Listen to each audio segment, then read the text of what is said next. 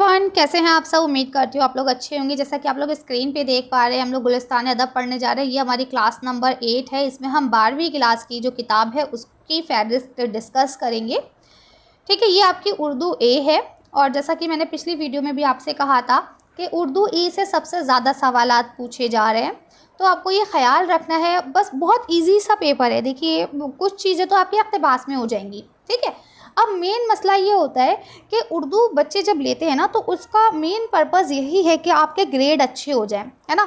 आप cut off में अपनी जगह बना पाएँ, वरना तो पता है लाखों में जाती है कट ऑफ। उर्दू लेने का यही फ़ायदा है कि आपको उर्दू कोटे से एडमिशन मिल जाता है। जहां आपकी लाखों में कट ऑफ जाती है, वहां उर्दू की वजह से आपकी वही लाखों की चीज़ें ना हज़ारों में कन्वर्ट हो जाती हैं, यानी 2000 3000 ऐसे आपकी कट ऑफ हो जाएगी। तो आपको उर्दू में जो भी आपके 50-60 क्वेश्चन आने वाले हैं, उन्हें बहुत अच्छे से अटैम्प्ट करना है और 100% सही अटैम्प्ट करना है, राइट। तो इसके लिए आपको क्या करना पड़ेगा, थोड़ी सी मेहनत। उर्दू लिखना पढ़ना भी सीखना पड़ेगी, और साथ ही साथ जो ये आपकी फहरिस्त मैं आपको क्लासेस दे रही हूँ, जो क्लासेस आपके लिए प्रोवाइड की जा रही हैं, वो सारी क्लासेस ध्यान से देखनी है। 2-5 मिनट की आपकी क्लासेस होती हैं, तो उनको क्या करना है, देखने के साथ साथ लगे हाथों लर्न भी कर लेना है।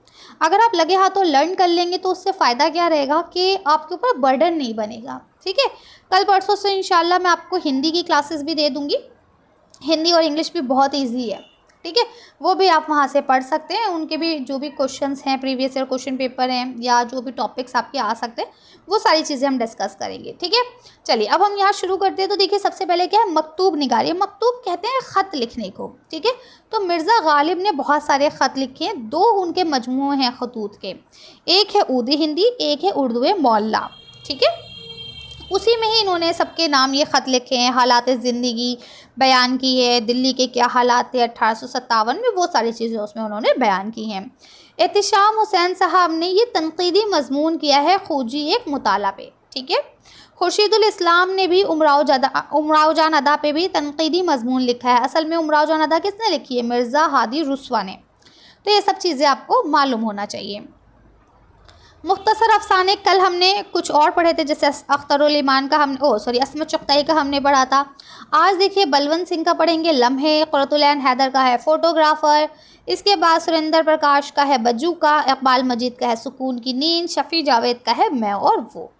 ठीक है, तो ये सब आपको नाम के साथ याद होने चाहिए कि किसका कौन सा अफसाना है, क्योंकि यही पता है क्या करेंगे, ये नाम ऐसे बिल्कुल सीरियल वाइज दे देंगे और इनको उल्टा पुल्टा कर देंगे और कहेंगे आप मैचिंग कीजिए कि कौन किसका है। ठीक है, तो ये आप तभी कर पाएंगे जब आपको पता होगा। आगे आ जाइए, यादें। यादें यहाँ लिखा है सज्जाद ज़हीर का, तो इसमें क्या है, रोशनाई। इसके बाद आप बीती में अख्तरुल ईमान ने अपनी आप बीती लिखी थी, जिसका नाम था इस आबाद खराबे में। आपकी जो किताब होती है ना, इसमें आप लोगों को मतलब बहुत छोटा छोटा कुछ हिस्सा दिया जाता है पढ़ने के लिए। रियल में तो ये सारे जो टॉपिक है ना, ये खुद बहुत मोटी मोटी किताबें हैं, है ना। कृष्णचंद का पौधे, ये रिपोर्ट ताज़ा, देखिए ये लिखा है ना, इंतखाब मतलब कोई छोटा सा हिस्सा आपको पढ़ाया जा रहा है। ख्वाजा हसन निज़ामी का मच्छर, ये एक उनका इंशाइया है। तंज़ो मज़ा है कन्हैया लाल कपूर का, है ना, गालिब जदीद शोरा की मजलिस में। इसी तरह से सफ़रनामा है राम लाल का, जर्द पत्तों की बहार। ठीक है, इसी तरह से अभी हमने खाका पढ़ा था कल की वीडियो में, तो देखिए आज फिर आ गया अहमद जमाल पाशा का खाका आपको पढ़ना है, कलीमुद्दीन अहमद जो उन्होंने लिखा है। ठीक है, गज़लें मैंने आपसे कहा है कि गज़लियात आपको पढ़ने की ज़रूरत नहीं है, लेकिन नज़में आपको सारी पता होना चाहिए। यहाँ देखिए, नज़्म तबातबाई ने गोरे गरीबा लिखी है, या इकबाल ने रूह अर्ज़ी आदम का इस्तक़बाल करती है, या जमील मज़ाहिरी ने इर्तिक़ा लिखा है, या फिर नून मीम राशिद ने ज़िंदगी से डरते हो लिखा है, या फिर अमीम हनफी साहब जो हैं इन्होंने मुल्क बेसहर और शाम लिखा है, शफ़ी फ़ातिमा शेरा ने याद नगर लिखा है। तो ये सारी चीज़ें आपको पता होनी चाहिए। इसके बाद जैसे सरदार जाफ़री साहब ने वक्त का तराना लिखा है, ये एक तवील नज़्म है। तवील नज़्म बहुत लंबी होती है। ठीक है, हालांकि ये सब चीज़ें जब आपको सिलेबस में पढ़ाई जा रही थी, तो ये सब चीज़ें कटी हुई हैं, ये आउट ऑफ सिलेबस है। लेकिन क्योंकि जो आपका CUET का सिलेबस है, वहाँ कुछ भी पूछा जा सकता है। ऐसे ही देखिए, ये मुंशी प्रेमचंद है। मुंशी प्रेमचंद का कौन सा नावल है, बेवा। ठीक है, आगा हश्र काश्मीरी ने कौन सा ड्रामा लिखा है, यहूदी की लड़की। अभी कल आपने पढ़ा अमानत ने कौन सा लिखा था, इंदर सबा। तो ये सब चीज़ें आपको पता होनी चाहिए कि किसने कौन सा ड्रामा लिखा है। ऐसे देखिए यहाँ कहानियाँ हैं जो किसी दूसरी भाषा से तर्जुमा की गई होंगी, है ना।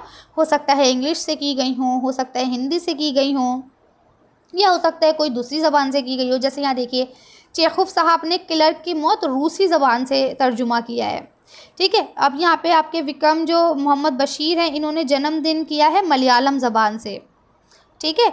इसी तरह से देखिए जलती झाड़ियाँ निर्मल वर्मा ने किया है किससे, हिंदी ज़बान से, ठीक है। तो ये सब तर्जुमे वाली कहानियाँ हैं, वैसे ये पेपर में नहीं पूछी जाएंगी। हाँ, अभी आपने इंशाइया कल पितरस का पढ़ा था, सवेरे जो आँख मेरी खुली, है ना। ऐसे ही अब देखें यहाँ पे आपको कौन सा पढ़ना है, मरहूम की याद में। तो इस तरह से ये सारी चीज़ें आप लोग कर सकते हैं, ठीक है। मिलते हैं नेक्स्ट वीडियो में। आप लोग से यही रिक्वेस्ट है कि ज़्यादा से ज़्यादा वीडियो को शेयर कीजिए, और अगर अभी तक आपने चैनल को सब्सक्राइब नहीं किया है तो चैनल को सब्सक्राइब कीजिए। मिलते हैं नेक्स्ट वीडियो में। Thank you for watching.